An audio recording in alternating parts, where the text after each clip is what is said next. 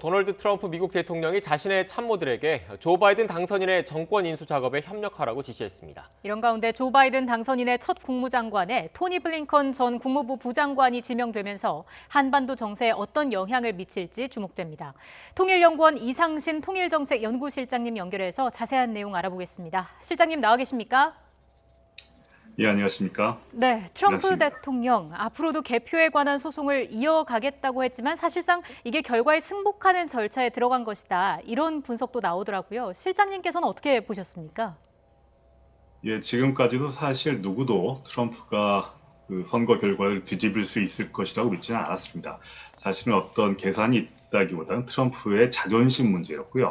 그걸 지금까지 끌고 왔지만 결국은 미시간에서 투표를 인증함으로써 도저히 출구를 찾을 수 없다는 것을 인정할 수밖에 없는 상황이 된 것으로 보입니다.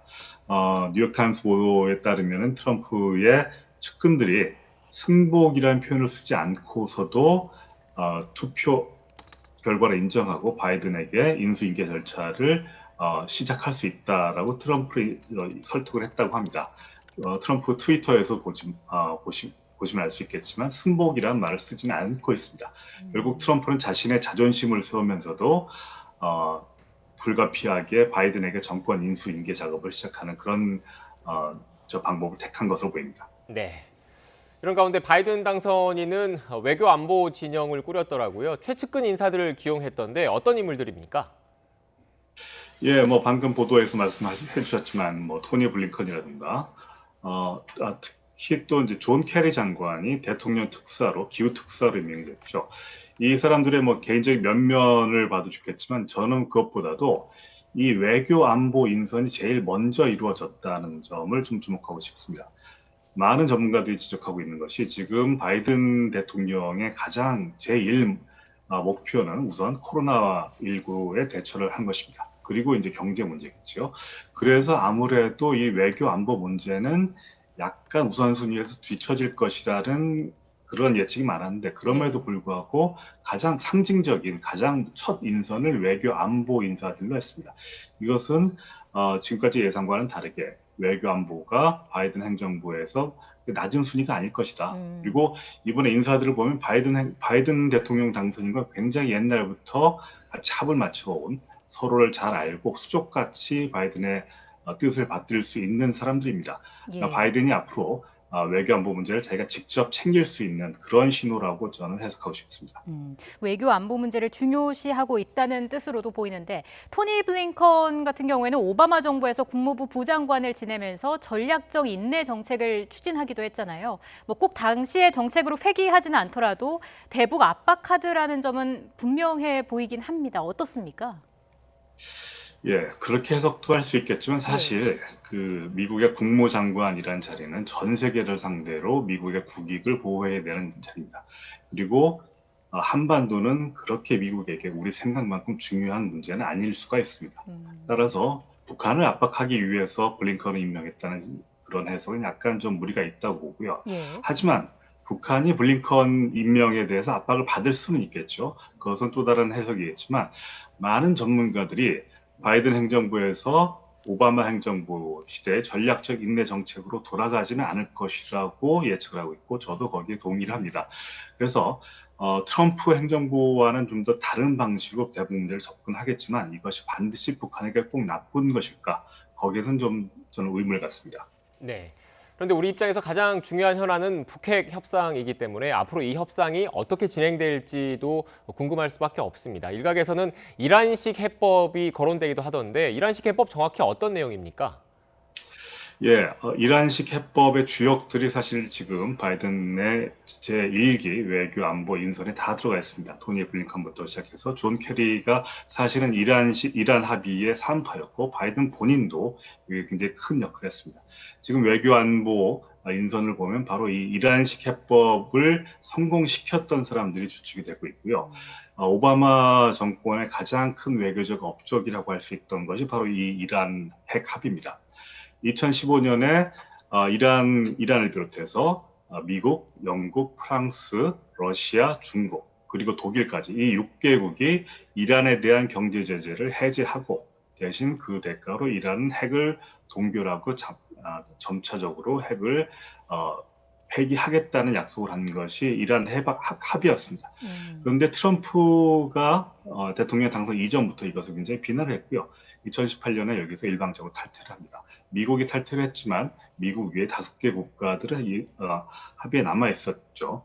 근데 문제는 이제 솔레이마니 이란 총사령관이 미국의 드론에 의해서 암살을 당함으로써 이란이 여기에 대해서 굉장히 분노를 하고 핵 합의를 파기하겠다는 선언을 하기에 이릅니다.